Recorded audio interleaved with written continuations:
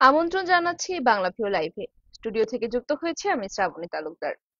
জানিয়ে দেব আমাদের হাতে থাকা আজকের সারাদিনের বিভিন্ন খবর। প্রথমেই জানিয়ে দেব খবরগুলোর শিরোনাম। ওসমানীনগরে একসঙ্গে ৫ গাড়ির সংঘর্ষ, নিহত ১। স্ত্রী হত্যার দায়ে বিয়ানীবাজারের যুবকের মৃত্যুদণ্ড এবং যে কারণে নিজের প্রাণ নিলেন রুহেল। এবারে বিস্তারিত। সিলেটের ওসমানীনগরে একসাথে ৫টি মোটরযানের সংঘর্ষ ঘটেছে এবং এই সংঘর্ষে ঘটনাস্থলেই মারা গেছেন একজন এবং আরো কয়েকজন আহত হয়েছেন। ওসমানীনগরের আহমেদনগর সিলেট ঢাকা মহাসড়কে একসঙ্গে ৫টি গাড়ির সংঘর্ষ ঘটে এবং ওই সময়ে মোটরসাইকেল আরোহী একজনের মৃত্যু ঘটে। আজ সকাল ৯:৩০টার দিকে দুর্ঘটনাটি ঘটেছে। নিহত ব্যক্তির নাম খলিলুর রহমান। তার বাড়ি ফেনী জেলায় বলে জানা গিয়েছে এবং তিনি সিলেট ওসমানীনগর উপজেলার গোয়ালাবাজার এলাকার ব্রাহ্মণ শাসন নামক জায়গায় বাস করতেন। তিনি দেয়াল লিখন পেশায় জড়িত ছিলেন বলে জানা যায়। এই ঘটনায় আরো একজন গুরুতর আহত হয়েছেন। তাকে উদ্ধার করে ওসমানী মেডিকেল কলেজ হাসপাতালে প্রেরণ করা হয়েছে। প্রত্যক্ষদর্শীদের সাথে কথা বলে জানা গেছে, একটি ট্রাক, একটি বাস, পিকআপ এবং সিএনজি অটোরিকশা ও মোটর সাইকেলের সংঘর্ষ ঘটে। ৫টি মোটরযানের একসঙ্গে সংঘর্ষ ঘটে এবং এ সময় মোটর সাইকেলটি পিকআপের নিচে চাপা পড়ে যায় এবং এর আরোহী খলিলুর রহমান মৃত্যুবরণ করেন ঘটনাস্থলেই।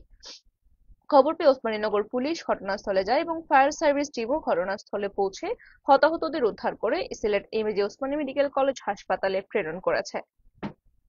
মৃত্যুর বিষয়টি নিশ্চিত করেছেন ওসমানীনগর থানার ভারপ্রাপ্ত কর্মকর্তা মাসুদুল আমিন। তিনি জানিয়েছেন, ঘটনাস্থলে পুলিশ মোতায়েন করা হয়েছে। এদিকে স্ত্রী হত্যার দায়ে বিয়ানীবাজারে এক যুবকের মৃত্যুদণ্ড এবং ১০,০০০ টাকা জরিমানা করা হয়েছে। আজ রবিবার সিলেটের সিনিয়র দায়রা জজ মশিউর রহমান এই রায়টি ঘোষণা করেছেন। মৃত্যুদণ্ডাদেশপ্রাপ্ত যুবকের নাম সিদ্দিক আহমদ। তার বাড়ি সিলেটের বিয়ানীবাজার উপজেলার শেওলা আদর্শ গ্রামে। তার বাবা মৃত মনসুর আলী। জানা যায় ২০২১ সালের ১৩ মে রাত ১টার দিকে গোয়াইনঘাট উপজেলার তুয়াকুল ইউনিয়নের তার নিজের গ্রামের বাড়িতে স্ত্রী আলিমা বেগমকে ছুরিকাঘাত করেন ওই যুবক এবং তার স্ত্রী আলিমা বেগম সিদ্দিক আহমদের স্ত্রী এবং তিনি ওই সময়ে পারিবারিক কলহের জের ধরে স্ত্রীকে ছুরিকাঘাত করেন। স্ত্রীর চিৎকার শুনে শাশুড়ি ফুলতেরা বেগম এগিয়ে এলে তাকেও ছুরিকাঘাত করেন ওই যুবক এবং ঘটনাস্থলেই তার স্ত্রী আলিমা বেগম মৃত্যুবরণ করেন এবং শাশুড়ি আহত হলে তাকে চিকিৎসা সেবা দিয়ে বাড়ি ফিরিয়ে আনা হয়। এই ঘটনায় আলিমার বাবা নিজামুদ্দিন বাদী হয়ে থানায় মামলা দায়ের করেন। তদন্ত শেষে ২০২১ সালের ২৯ জুলাই সিদ্দিক আহমদকে একমাত্র আসামি করে আদালতে অভিযোগপত্র জমা দেন গোয়াইনঘাট থানার উপপরিদর্শক খালেদ মিয়া। ২২ সালের ৮ জুন তার বিরুদ্ধে অভিযোগ গঠন করা হয় এবং আজ তার ২১ জন সাক্ষীর মধ্যে ১৫ জনের সাক্ষ্য গ্রহণ শেষ হয়ে যাওয়ার পর আজ রবিবার আদালতের পক্ষ থেকে তার মৃত্যুদণ্ডাদেশ দেওয়া হয়েছে এবং সেই সাথে ১০,০০০ টাকা জরিমানাও করা হয়েছে। হবিগঞ্জের আজমেরীগঞ্জে রুহেল মিয়া নামের এক ব্যক্তি গলায় ফাঁস দিয়ে মৃত্যুবরণ করেছেন। প্রাথমিকভাবে জানা গেছে তিনি প্রেম সংক্রান্ত কারণে আত্মহত্যা করেছেন, তবে পুলিশ বলছে বিষয়টি এখনো যেহেতু সূত্রটি নির্ভরযোগ্য নয় তাই এখনো বিষয়টি নিশ্চিত নয়। পুলিশ এই ব্যাপারে তদন্ত করছে। আজ সকাল 10:30টার দিকে হবিগঞ্জের জলসুখা ইউনিয়নের দক্ষিণ আটপাড়া গ্রামে ঘটনাটি ঘটে। রুহেল আটপাড়া গ্রামের সাইজুল ইসলামের ছেলে। স্থানীয় এবং পুলিশ সূত্র জানায়, প্রতিদিনের মতোই তিনি গতকাল রাতে নিজ শয়নকক্ষে ঘুমাতে যান।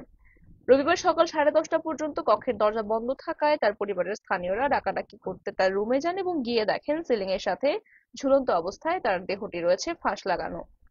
পরিবারের লোকজন রুহেলকে সিলিং থেকে নামিয়ে হাসপাতালে নিয়ে যান এবং কর্তব্যরত চিকিৎসক তাকে মৃত ঘোষণা করেন। আজমেরগঞ্জ থানার ভারপ্রাপ্ত কর্মকর্তা জানিয়েছেন, আত্মহত্যার বিষয়টি তারা জানেন এবং সেখানে ঘটনাস্থল পুলিশ পরিদর্শন করে এসেছে। তবে কি কারণে ঠিক তিনি আত্মহত্যা করেছেন, আসলে এটা আত্মহত্যা কিনা অন্য কিছু, তাও এখনো নিশ্চিত নয় পুলিশ। ময়নাতদন্তের জন্য লাশ হবিগঞ্জ আধুনিক হাসপাতালে প্রেরণ করা হয়েছে এবং এই ব্যাপারে তদন্ত চলমান। এই ছিল আমাদের হাতে থাকা আজকের খবর। এতক্ষণ সাথে থাকার জন্য সকলকে ধন্যবাদ।